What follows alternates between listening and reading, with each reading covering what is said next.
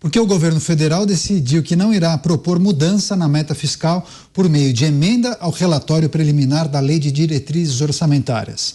Dessa forma, o ministro Fernando Haddad ganhou fôlego e mantém o foco no déficit zero das contas públicas no ano que vem, 2024. Só que o prazo para as apresentações de sugestões ao texto termina amanhã, expira nesta sexta-feira. A definição possibilita mais tempo para a aprovação no Congresso dessas medidas que representam um ganho na arrecadação, o que favorece o objetivo fiscal de Haddad e os argumentos dele junto ao presidente Lula para a manutenção da proposta.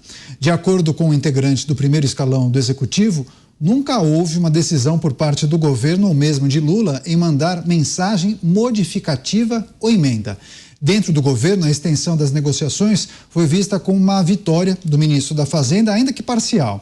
O principal opositor interno do déficit zero é o titular da Casa Civil, Rui Costa. Ele é a favor de alterações na LDO. O adiamento foi definido na terça-feira em reunião com Lula, Haddad, Costa e a ministra do Planejamento, Simone Tebet. Na saída, Tebet se esquivou do assunto, que os auxiliares interpretaram como uma forma de não se envolver diretamente nessas divergências entre os titulares da Fazenda e da Casa Civil. Entre os auxiliares de Haddad, o panorama favorável foi comemorado, mas ainda é visto com cautela. Há possibilidade de mudança na meta em dezembro. Durante a discussão da Lei Orçamentária Anual, a LOA, que é a etapa seguinte à LDO, ou então em março, depois que o Tesouro Nacional apresentar o relatório bimestral das contas públicas. Eu vou começar esse giro de análises com o Cláudio Dantas em Brasília, que tem conversado, inclusive, com muitos parlamentares. Batido o martelo, né, Dantas? Pelo menos por enquanto. O governo decidiu não propor mudança na meta fiscal. Haddad sai fortalecido, já que outras alas, como nós trouxemos aqui, propunham estouro de até 1% nessa meta. Mas o risco de estouro continua, permanece, e existe essas duas opções, né? Na LOA e também no ano que vem, é isso? A gente poderia chamar de pausa humanitária aí. O que aconteceu com essa negociação foi que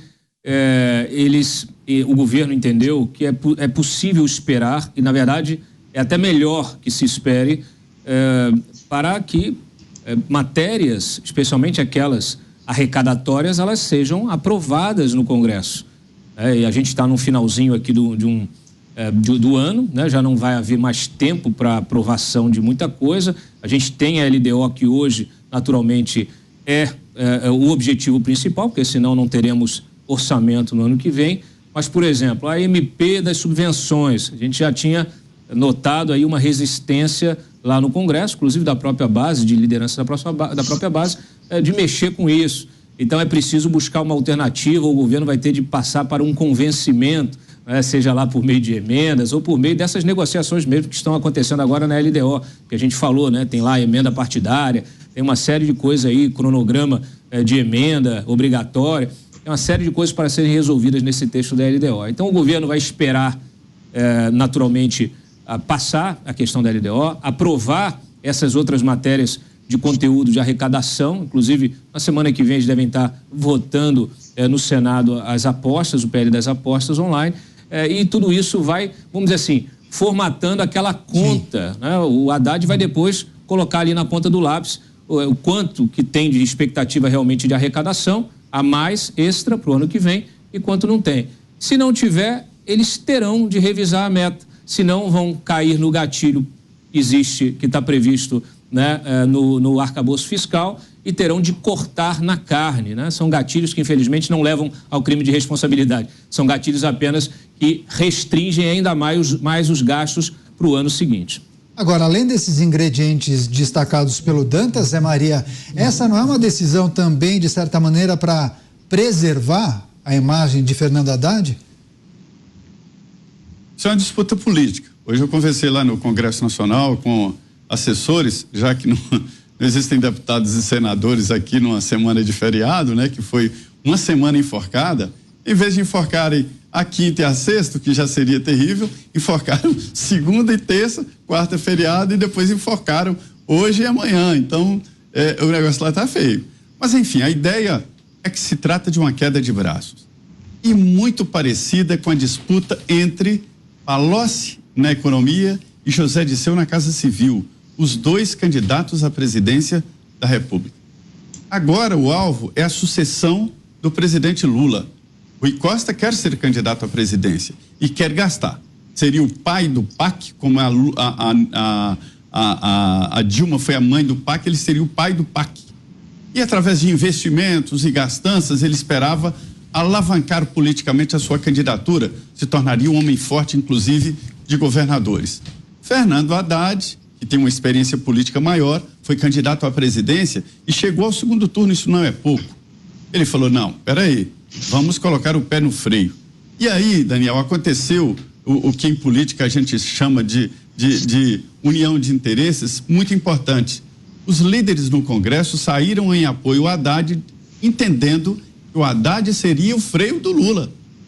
O que sair numa gastança desenfreada e gastar mais do que arrecada, arrebenta com o país. É como droga. No primeiro momento é muito bom, daqui a pouco vem a rebordosa, né? E o Haddad não quer gastar, quer entregar uma economia melhor, quer entregar uma fama de bom gestor e com isso conseguir ser o candidato à sucessão do presidente Lula. Esta realidade, esta é a queda de braços. E Lula empatou o jogo. No primeiro momento ele foi mais Rui Costa, dizendo, olha, não temos que cumprir a meta fiscal, vamos gastar, como queria o Rui Costa. E agora ele diz, não, olha, o Fernando Haddad, que ele sentiu a força política do Haddad, inclusive do Congresso. O Haddad tem razão, nós temos que controlar isso aí, não gastar e manter a meta.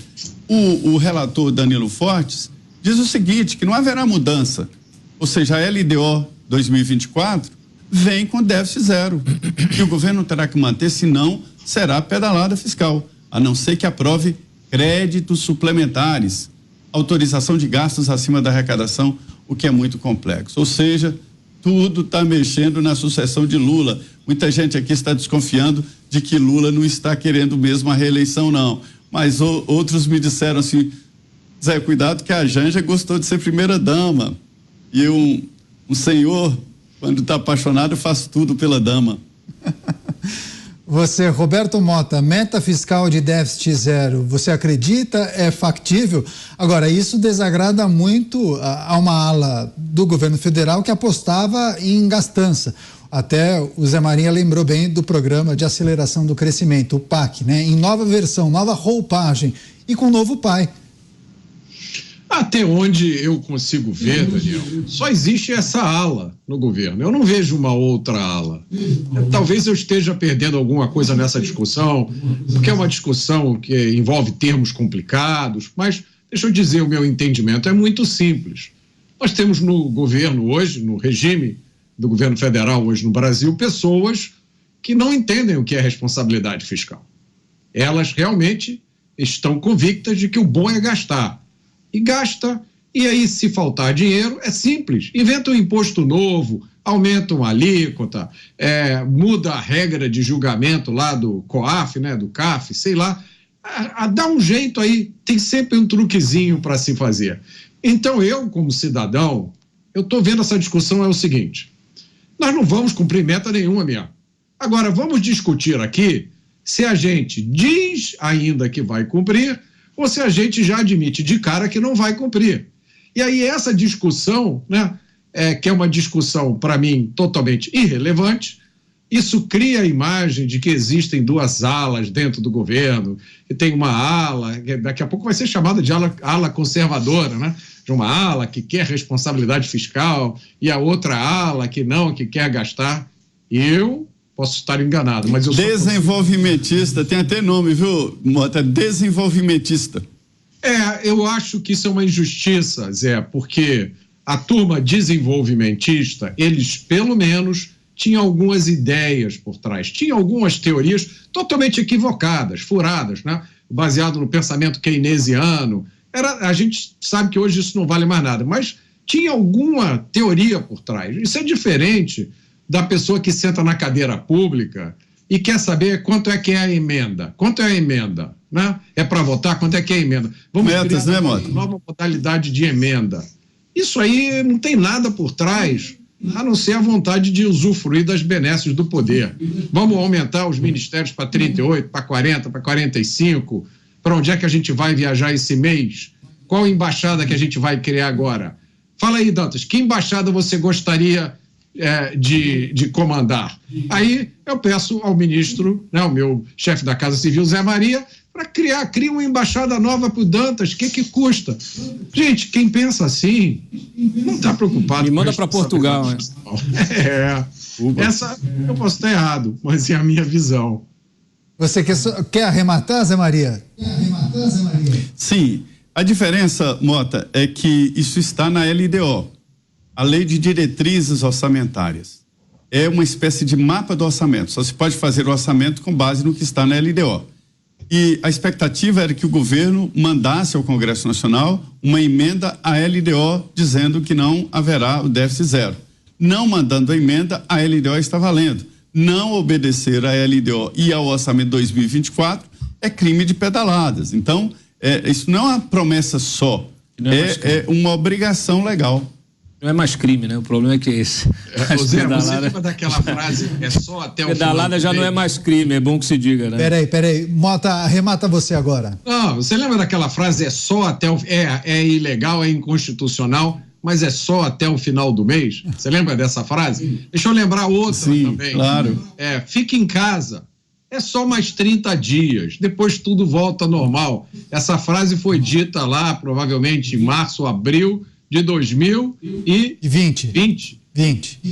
Esse é o país em que a gente está vivendo. Olha, eu sei o que é LDO. Eu só não sei mais se a LDO vale alguma coisa nesse país. Mas vamos ver. Pois é, tem vários assuntos, inclusive. Fala, quer complementar, Dantas? Complementa aí, rapidinho. Não, é só dar uma imagem, né, para o nosso espectador. É o sujeito, assim, é como se a gente estivesse aí com os dois pés na lama, né? E aí preocupado em manter aqui o terno bem arrumado, né? O paletó bem arrumado. É por isso que estão mantendo essa meta de déficit zero. É só para parecer bonito na foto. Pois é. A gente continua no debate da LDO, Lei de Diretrizes Orçamentárias. O presidente da Câmara Federal, Arthur Lira, ele tenta evitar uma ideia de Danilo Forte, que é o relator da LDO, de uma nova emenda, só que controlada por líderes partidários, chamadas de RP5. Ela se somaria a outras já existentes. A existência dessa nova emenda foi demandada pelos próprios líderes partidários, depois do orçamento secreto ser considerado inconstitucional pelo STF por falta de transparência. Você se lembra desse processo. Arthur Lira, inclusive, está organizando encontros com os líderes para convencê-los a mudar de ideia sobre o tema. Para o presidente da Câmara, o melhor a ser feito seria o incremento das emendas de comissão para o ano que vem. Desde o início do ano, Lira contesta também o ritmo das execuções das emendas que são distribuídas pelo Poder Executivo e cobra a criação de um cronograma dos repasses, o que é refutado pelo governo, que costuma utilizar esse recurso para fazer liberações às vésperas de importantes votações. A gente também já tratou disso em várias ocasiões aqui em Os Pingos nos Is. Cláudio Dantas, inclusive, mencionou sobre essas tratativas que acontecem nos bastidores. Dantas, como avalia essa proposta, ideia, sugestão de Danilo Forte? Em tese, seria para aumentar o poder das lideranças partidárias, dar mais autonomia a eles, só que Arthur Lira perderia poder. Por isso também a insatisfação dele? Você sintetizou, né? Você já respondeu a pergunta, Daniel. É disso que se trata, é perda de poder. Quem é que quer perder poder?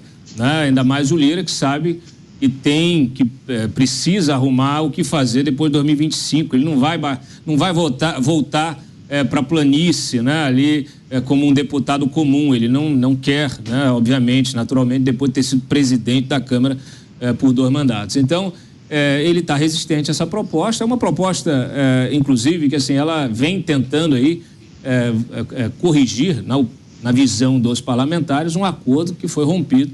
Era um acordo firmado na época da PEC da gastança, justamente quando se pegou aquele dinheiro das emendas secretas, né, da RP9, e se fez uma reengenharia por pressão do Supremo, se estabeleceu ali algumas equações financeiras ali para que todos pudessem ser contemplados, mas o governo não teria cumprido a sua parte, justamente adiando, atrasando e usando as emendas como barganha. Por isso que eu acho que, efetivamente, o que se precisa trabalhar para mudar aí o ecossistema político brasileiro, neste caso da LDO, neste caso das emendas, é sim um cronograma obrigatório de pagamento de emenda. Aí você retira o poder do Planalto de usar isso como elemento de barganha.